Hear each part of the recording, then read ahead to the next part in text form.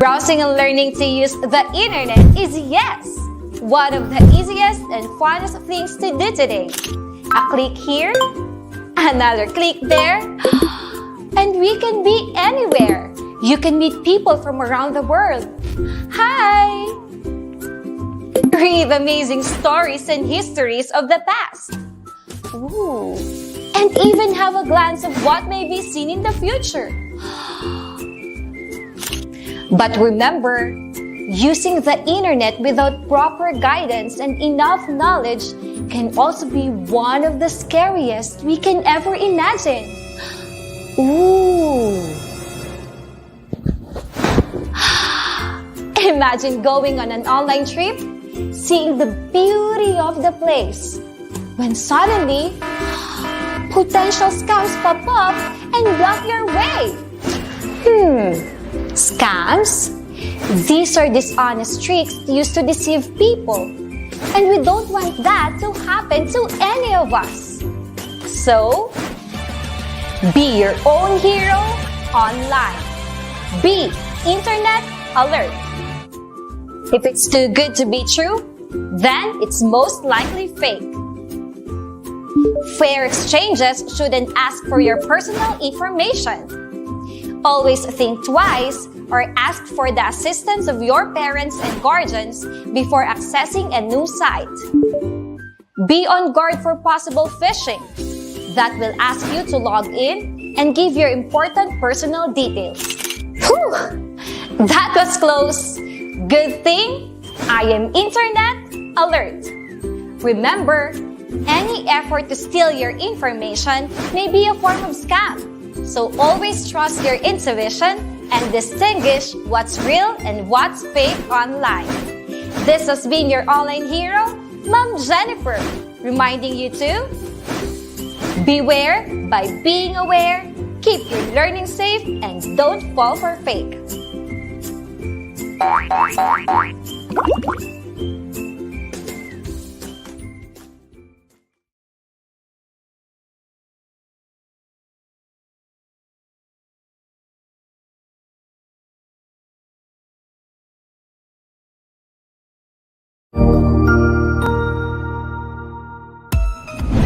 Mabuhay! Good day to all! I am your tutor Madge. Welcome to ETUlay, a free online tutorial, an initiative of the Department of Education, Information and Communications Technology Service, Educational Technology Unit, ICTS EdTech. This program is aimed at helping and assisting learners from kindergarten, senior high school, ALS, Alive, and SPED learners. Aside from answering the modules, the ETUlay is offering programs which you will surely look forward to. Together with our parents and teachers, the ETUlay will bridge the gaps where difficulty and ease meet in learning new knowledge and skills. So, let us prepare our modules, pen and paper. Ready your mind to see and hear worthwhile and interesting lessons. Let us now study and learn, together with our volunteer online tutors. Tara na!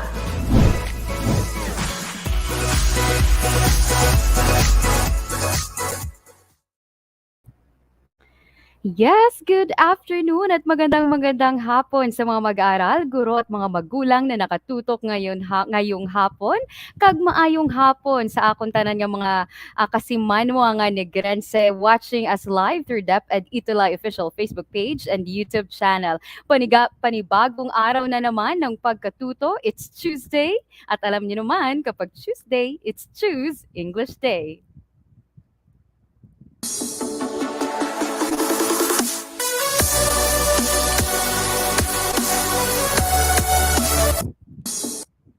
Alright. At eto pa rin po ako ngayon, all the way from the land of sweet surprises, Negros Occidental. Ang inyo pa rin pong katuwang tungo sa karunungan. This is Tutor Ann. And of course, kasama pa rin po natin si Tutor Ace, but not this afternoon due to a very important reason. But for next week, of course, siguradong makakasama na naman nating muli si Tutor Ace. So, kamusta kayong lahat? We've not seen each other for a week, 'di ba? And last week talagang naging maulan ang ating nakaraang linggo, and I hope that everyone is fine. And if you have been watching the news, siguro nakita nyo naman sa mga balita that some of the areas here in our country have experienced or na biktima ng bagyong Agaton last week. I hope you're doing fine despite of the challenges brought to us by Typhoon Agaton, di ba? But anyway, let us continue to pray to those who were na talagang naka-experience ng hagupit ni Bagyong Agaton, that they would be able to still continue to receive help mula rin sa ating lahat, 'di ba? Let's continue to pray for them na makabangon silang muli sa kanilang naranasan mula kay Bagyong Agaton. But anyway, I would like to, of course, know your experiences last week. How were you able to spend your Holy Week? Chika tayo ng konti muna. I would like to know how you were last week. Share it with me briefly dito sa ating comment section. Maya-maya, I would like to read kung anong mga ginawa nyo the past week, 'di ba? Sige. And while I wait for your responses, I would just like to remind everyone, of course, to still show respect dito sa ating comment section while we are doing our online tutorial this afternoon. And also, don't forget to click the share button at nang marami pa ang makasali sa atin ngayong hapon na ito. 'Di ba? Sige. And bati-bati muna tayo. And to our first commenter this afternoon, Enrico Dalupan. Sabi niya, good afternoon po. Uh, Enrico Manuel Dalupan. Ayan. Good afternoon din kay Yana Rain Leonardo, grade 4 SSES School, Tilapayang Elementary School. And also, we have your Heavenly Heart, Tangian. Ayan, good afternoon sa'yo. And sino pa? We have your Jermer Balila. Lorene M. Mendoza, hello. Good afternoon.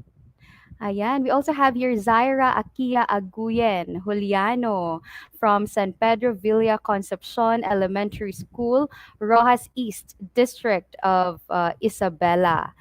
Ayan. Hi, Lorene. Good afternoon. And of course, Macprinslith Niepes, good afternoon. And also we have here Isel Bernales from Calibo Pilot Elementary School. And we also have your Eileen Ukot, at talagang napakasaya ni Eileen today. Sabi niya, it's Tuesday and it's Choose English Day from the comments na binigay niya. Talagang super energetic siya today. Eileen Joyce Ukot of Grade 4 De Jesus from Nicorella Central Elementary School, SPED Center, SDO Davao del Norte. Hello, hello sa'yo, Eileen.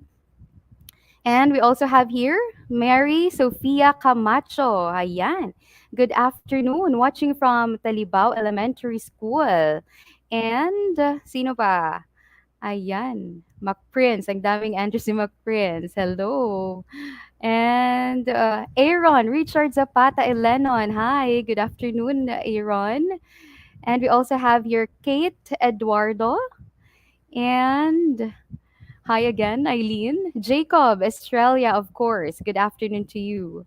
Ayan. So let's see if meron na bang nakapag-share ng kanilang mga ginawa last week. Ayan. Si Mac Prince, okay lang po ako. That's good to hear. That's good to know, Mac Prince, that you were okay. It's nice to see you again also, Eileen. Ayan. It's nice to know that you were okay, di ba? And sino pa? Hi, Lawton. Good afternoon. Ayan. Sige. Sige, let's wait. Ayan. Si Heavenly, sabi ni Heavenly, stay home lang po, attending virtual mass. Ayan. So, talagang nakapag-meditate si Heavenly noong Holy Week. Diba? Ayan. Sino pa? Alright. And yes, thank you so much, Eileen, for sharing.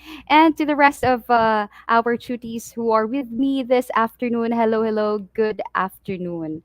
Ayan, it's panibagong quarter na naman. It's a new quarter of learning. It's our first week for fourth quarter. And our first lesson would be, of course, to write a short story. So dito na lalabas ang inyong pagiging writer for this quarter. So our first lesson, of course, is to write a short story, fiction or non-fiction. And let me just give you an overview of our topics for this quarter.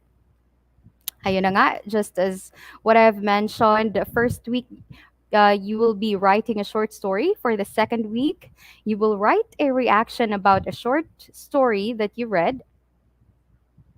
For the third week naman, you're going to distinguish fact from opinion. And for the fourth week, identify features of journalistic writing. And for the fifth week here, distinguish among types of journalistic writings. Week six, write a news report. And week seven, compose an editorial.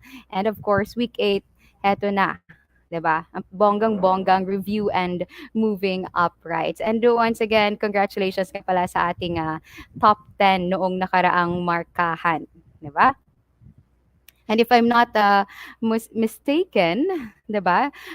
Parang consistent yung ating top 1 mula first quarter hanggang third quarter. So we'll see if we will still have the same top 1 for this fourth quarter, 'di ba? So, ayan. At eto na nga, Carl Gian. Sabi ni Carl Gian, hello, tutor, I voted for you. Thank you so much, Carl Gian. Diba? Yeah, Clint. Yes, Clint, we will have a moving up ceremony. So, sana ay talagang mapaghandaan namin ni Tutor Ace yan. Ayan. So, eto, nag-share si Lotan. Sabi niya, I spent my weekend po at Novaliches playing with my cousins po and we went to San Mateo Rizal to swim. Ayan. So, talagang nakapagbakasyon si Lotan, di ba? And for this afternoon, our reference module will be coming from our own region, Region 6 Western Visayas, through the efforts, of course, of the division of Aklan.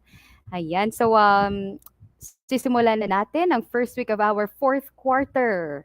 So, I hope that you are ready. Kung kayo ay ready na, pakishare nga ng mga heart emojis dito sa ating comment section at nang ma-feel ko naman na hindi ako nag-iisa ngayong hapong ito. Nag-iisa lang ako on screen but with you, of course. I know na kasama ko pa rin kayo. Sige, so be ready with your paper and pens.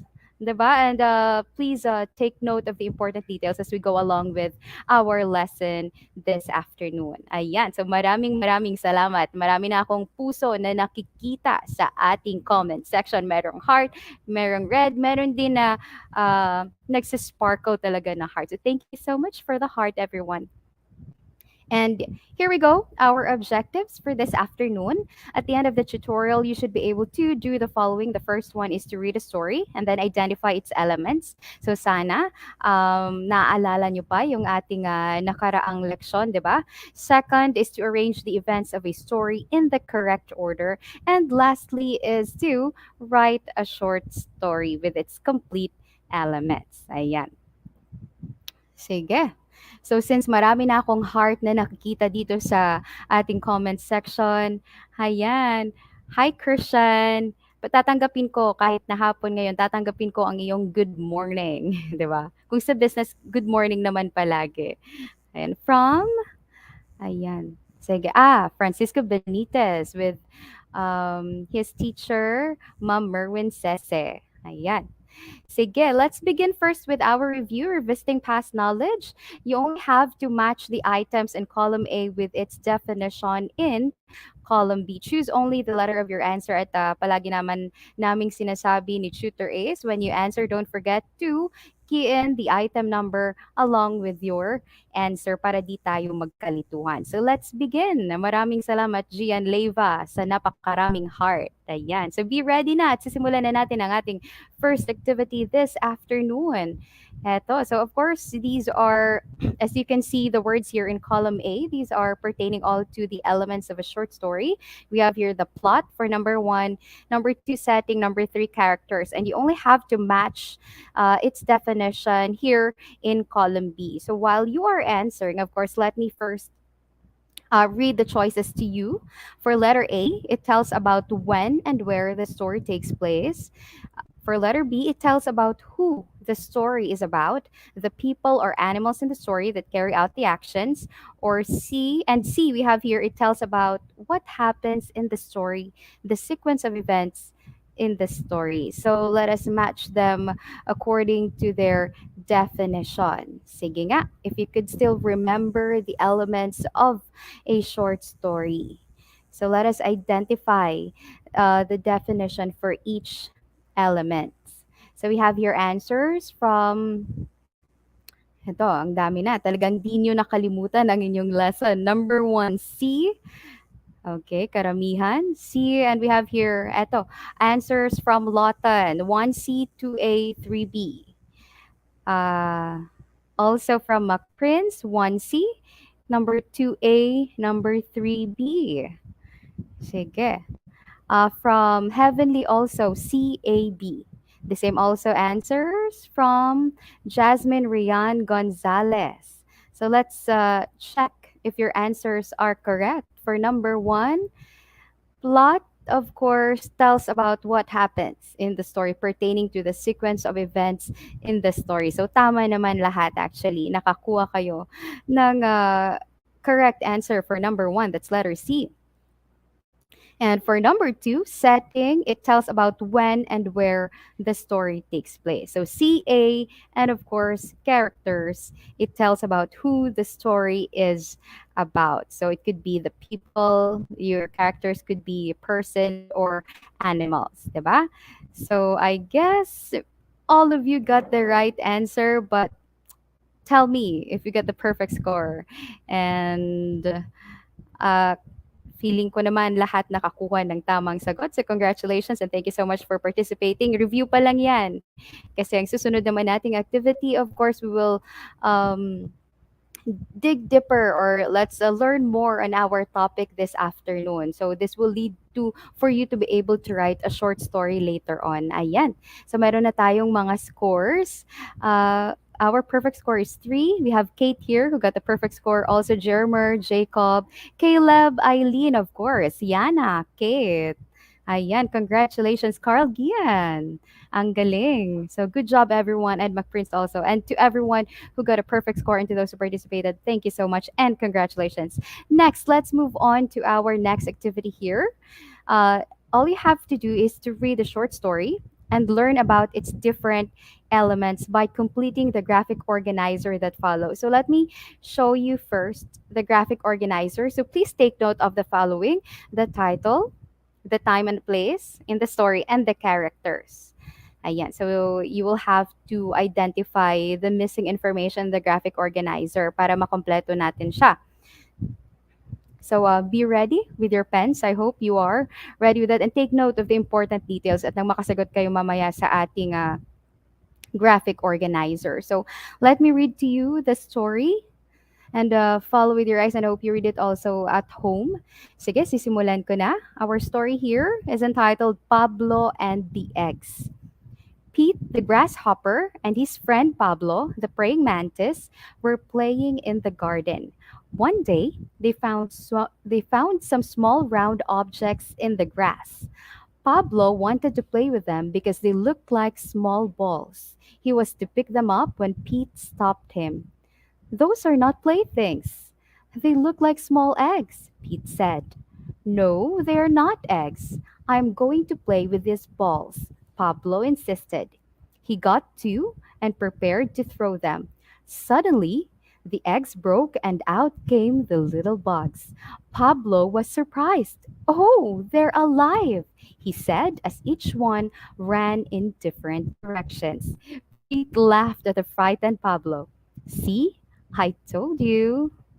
So I hope you're able to get the gist of the story and we're able to also take note of the important information that you will be needing later on so that we could complete the graphic organizer on the next slide. Sige, simulan na natin. Let us complete the graphic organizer here by first giving the title of the story. Ano nga ba ang title ng binasa nating story? From Venice here, sabi niya, Pablo and the X. The same answer also from Clyde, Liam, Mangiliman, Gian, and Jacob. So let's see if your answers are correct. At tama naman, of course. So the title of the story that we have just read is Pablo and the Eggs. Ayan. How about the setting? Let us complete. Ito, yung sa left side muna. Kailan nangyari? When did the story happen? And where did the story happen? Yung time at saka yung place ng ating story kanina. If you could still recall. Sabi ni Heavenly, the time is during the day and the place is in the garden. How about the others? Ayan. Hello, Jasmine Rian Gonzalez from Cabuyao, Laguna. Good afternoon to you. So isa pa lang nakasagot dito sa atin sa my settings. Jasmine answered also for the place garden. Also Kate answered time is day, place is garden. Sige, let's see. So our story happened, you were right, one day. And the place here is, of course, in the garden. Ayan. Sige. How about the characters here in the story? Who were the characters in the story? Sige nga. Sino-sino yung mga karakter sa ating tekstong or from the story that we have just read? Who were the characters in the story? Yes, Jermer, you were right. Also, the time is one day and the place is, of course, in the garden. How about the characters this time? Okay, from McPrince here, the characters were Pete and Pablo. Tsaka binigay niya na yung ano ba to? Yung parts of the plot. The beginning, the middle, and the end. Ayan. Talagang complete yung sagot ni McPrince. Ayan, from Yana, the characters, Pete and Pablo po. Ayan, the same also answer coming from Jasmine Rian Gonzalez. Pete and Pablo, sila nga ba? Yep, we have Pete the grasshopper and Pablo the praying mantis. So, for the plot, let me just show to you how they were divided, of course, into three parts. If you could still remember, di ba? Nasa beginning, middle, and end yung plot ng story, kagaya ng sinabi ni McPrince kanina. So, let me just read each part to you. So the beginning, here it is. One day, Pete and Pablo were playing in the garden when they found some small round objects in the grass. Pablo wanted to play with them because they looked like small balls. And the middle here, Pablo was about to pick up the small balls when Pete stopped him, telling him that they are not toys to play with and they look like small eggs. But Pablo did not believe him and insisted that he's going to play with the balls. And he got two and prepared to throw them. And of course, the ending. Suddenly, the eggs broke and out came little bugs. Pablo was surprised that they are alive and each ran in different directions. So Pete laughed at the frightened Pablo, saying, I told you. Ayan. So if you can still remember, a short story is an account of imaginary or real people, and these are events that are told for entertainment. So it is a work of short narrative, prose fiction, or nonfiction that can be read in one sitting that is centered around one single event. So kanina, I've presented to you that the plot was divided into three parts, the beginning, the middle, and the end. And if you could still recall, pag sinabi natin at the beginning part of the plot, this is where the characters are being introduced along with the setting of the story, and also this is where the problem is presented. Diba? And sa middle part naman, these are the actions taken by the character or the characters in the story in order to solve the problem. At saka sa end part or the ending, of course, it shows us how the problem was solved, and of course also finishes the story. Now, stories may be classified into fiction or non-fiction. So anong pinagkaiba ng dalawa? Pag sinabi nating fiction stories, they are made up by the author and are not true. So sa fiction, when you write a fiction, imagination mo ang limit. So you could write things that are not true. Pwede kang gumawa ng story about uh, na tao na may powers or anything. Imagination mo nga ang limit for fiction. And for non-fiction naman, these are stories that are about real things, real people, and animals, events, and places. So again, fiction stories are made up stories only. They're not true. whereas nonfiction are stories about real things, persons, animals, events, and places. Ayan. So, let's try this activity also. Read the story and then identify the elements in the story by answering the question that follow. Choose only the letter of your answer. So, from the review that we have done earlier, of course, we have learned that there were three main elements of a short story, di ba? Meron na tayong setting, which tells the time and the place. And then we have the characters, kung sinong bida, uh, uh, at saka we also have the plot, referring, of course, to the events in the story. So this time, we will be reading another story and then identify its elements by answering the questions later on. So you will be given also choices. So let's begin. So this time, our story is entitled Buddy and the Cat. Ayan. So let me begin by reading. Little Buddy Cockroach is a house bug. Mother Bug always tells him to stay in dark places and hide. He listens to her with half an ear, not really believing in what she says. How could they not like me? I have beautiful shiny wings and long antenna. Surely they would love me, he thought. Then Buddy saw a black cat and said, I will show Mother Cockroach that she is wrong. But when the cat saw him, it immediately jumped and started running after him with his white claws. Buddy ran as fast as he could to the dark place under the cabinet and never ever came out. Ayan. So take note na. And before I go to our first item here, merong nagsishare ng kanilang mga thoughts. Yes, fiction is to entertain, non-fiction is to inform po. Generally, yes, we could say that. Um, the fiction is like made up or something, and the non-fiction is true to life story, like really happened. Yes, that's right, Lorene. Ayan. And sino pa? Mac Prince also said, fiction is from imagination to entertain people. Non-fiction is based on true stories to inform people. But also, it could also entertain, diba? As short stories, they are generally made to entertain people, right? But yes, of course, when it's true, it gives information, it informs, of course, the people as well. And ayan, sabi ni Eileen, fiction is a fantasy or just an imagination and non-fiction is realistic or real. Okay, simulan natin. Item number one. Eto, for number one, where was the setting of the story? Ayan. So, saan nangyari yung ating kwento? Is it A, in a house, B, at school, or C, at a hospital? Sige nga, for number one, where was the setting of the story? We have answers already from Yana. Letter A, sabi ni Yana. The same answer also coming from Heavenly, McPrince, Jermer, Caleb, Eileen, and Lorene. Is it letter A nga ba? Let's see. Yep.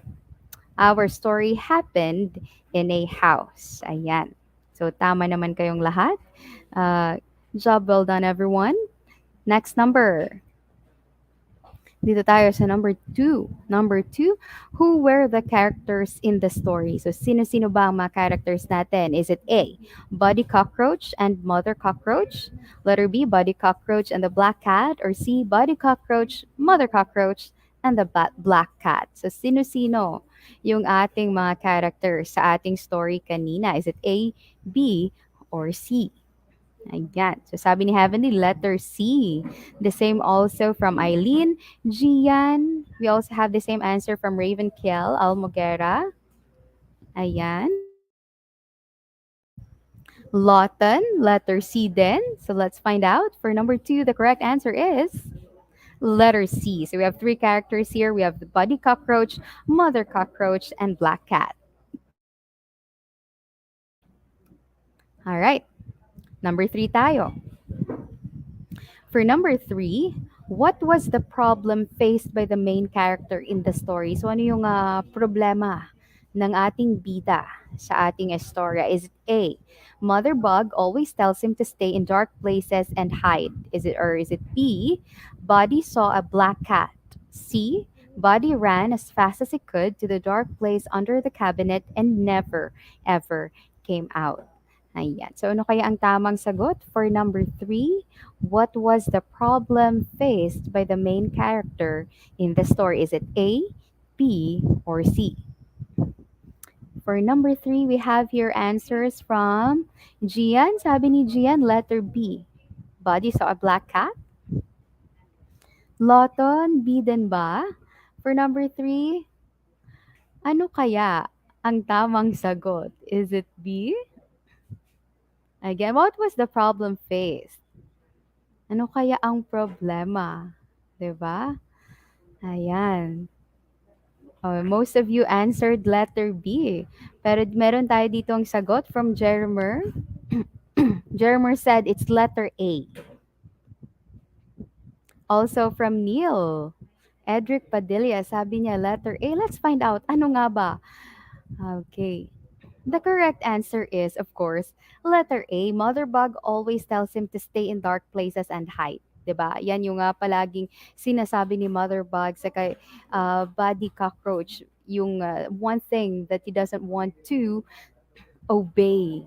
'Di ba? So dyan siya nagsa-struggle. That's his problem. Ayan. Letter A ang tamang sagot for number 3.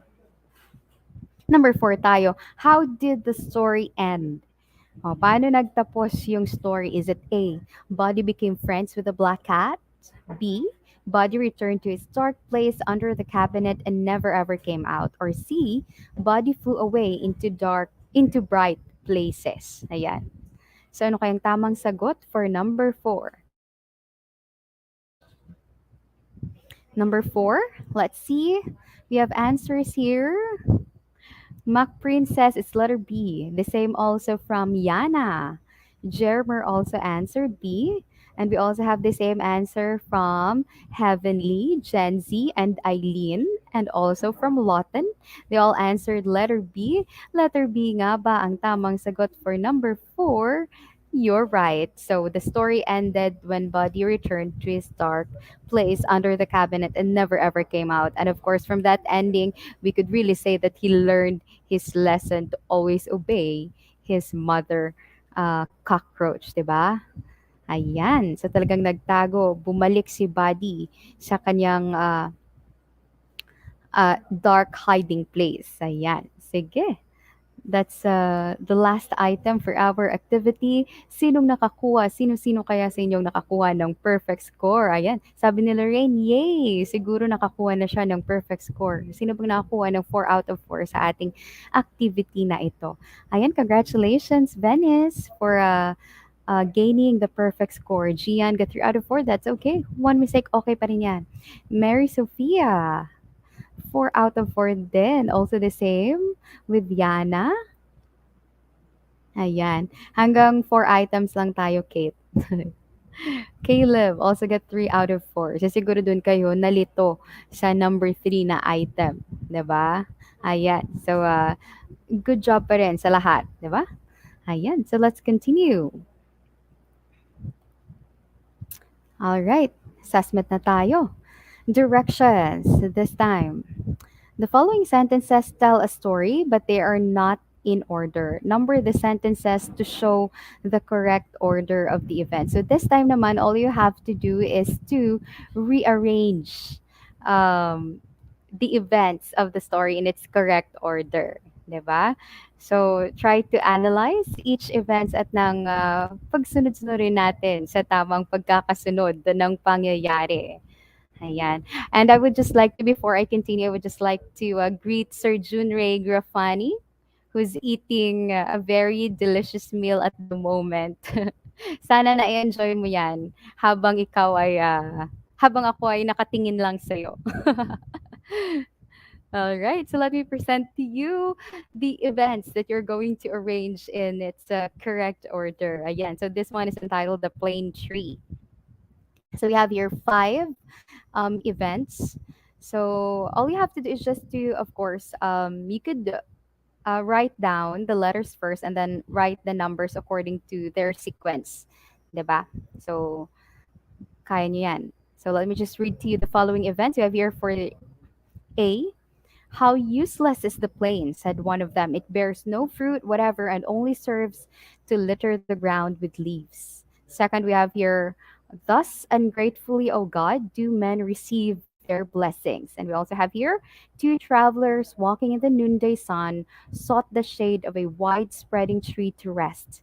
We also have here, ungrateful creature, said a voice from the plane tree. You lie here in my cooling shade, and yet you say I am useless.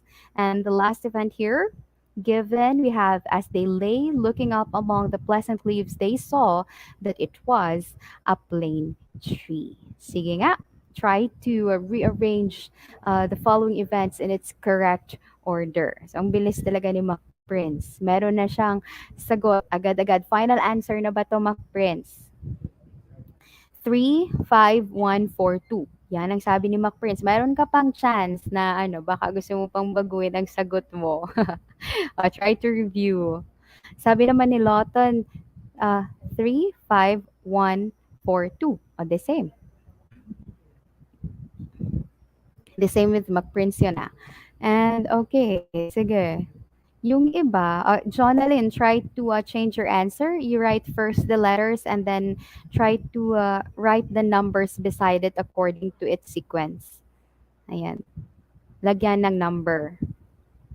CEDBA. Sige. Try to redo your answer also. Asan ba?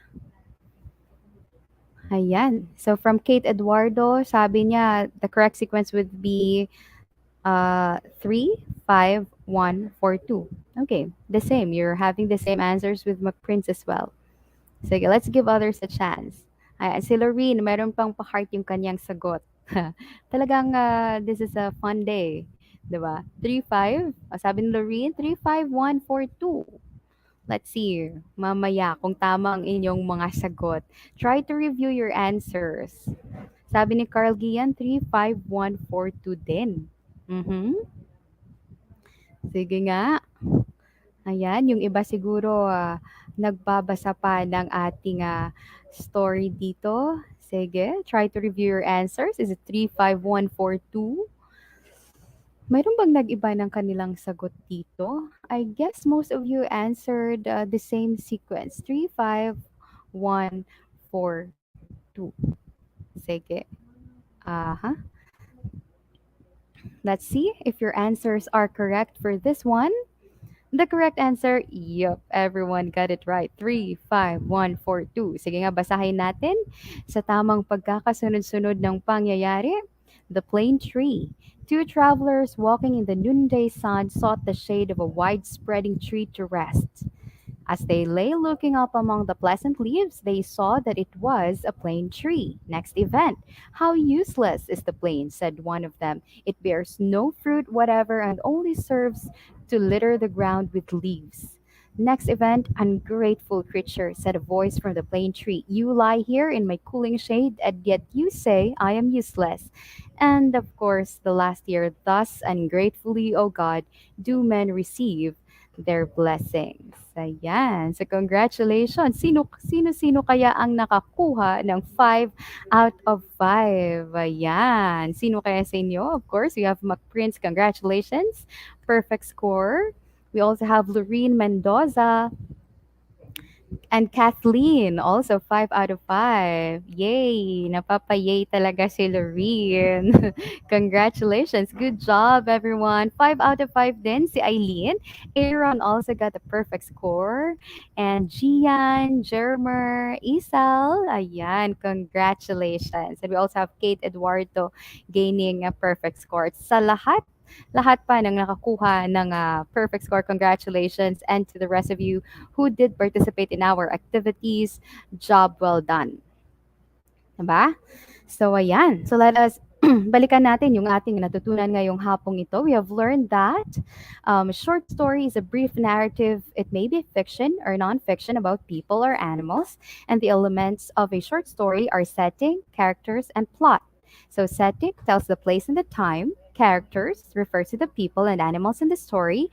The plot is made up of the events that happen in the story, consisting of three main parts: the beginning, the middle, and the end. So make sure to take note of the following elements dahil for our challenge this afternoon for this topic is for you to write a short story with its complete elements, yung three story elements natin. So kailangan nandyan yung characters, nandyan yung plot, nandyan yung setting. So you have to read the story information. Meron akong ibibigay sa inyo mamaya na story information that's what you're going to use to start your story, then use it to add information to the story map below. Okay? So take a screenshot of the instruction, and then I will proceed to the next slide to show you the story information. Okay? Sige. Ayan. Yes, you're welcome, Lorene.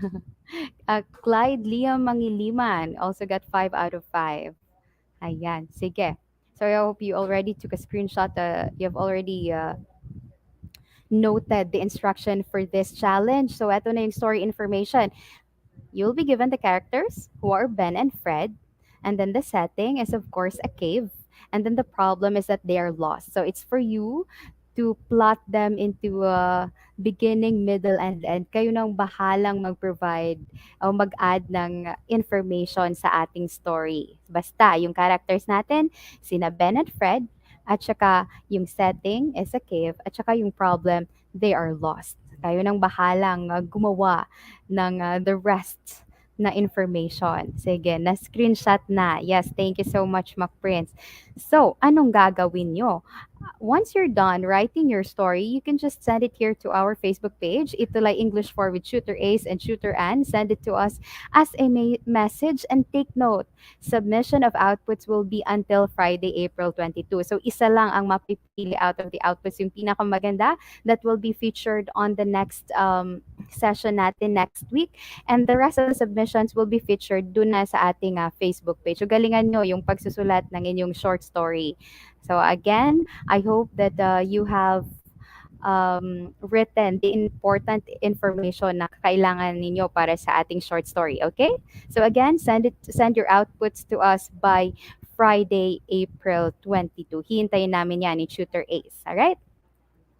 And in behalf of the entire elementary English tutors headed by Doc Rubilin Pastrano, maraming salamat sa inyong patuloy na pagtangkilik dito sa DepEd ETUlay online tutorial. And because of that, we will be giving you the opportunity to vote for your um, favorite tutors. Ayan. So you could just scan the QR code or use the link below to nominate your ETUlay tutor as the exemplary tutors for quarter 3. So take note that the nomination will end on April 23. So ayan, you can scan the code or use the link below it.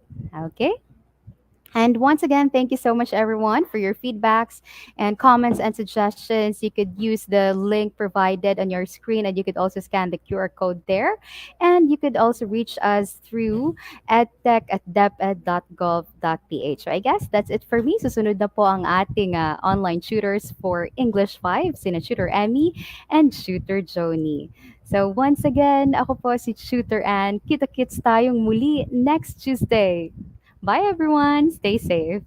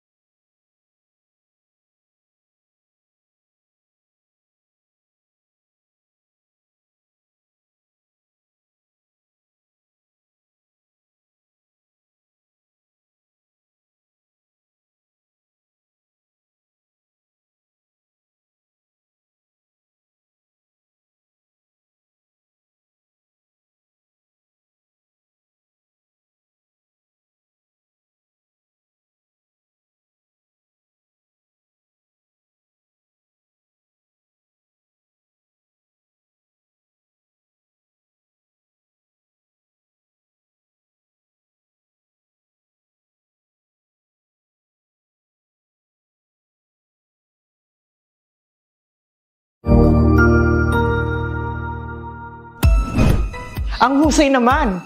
Natapos mo ang iyong tutorial session kasama ang iyong mahusay na ETUlay tutor.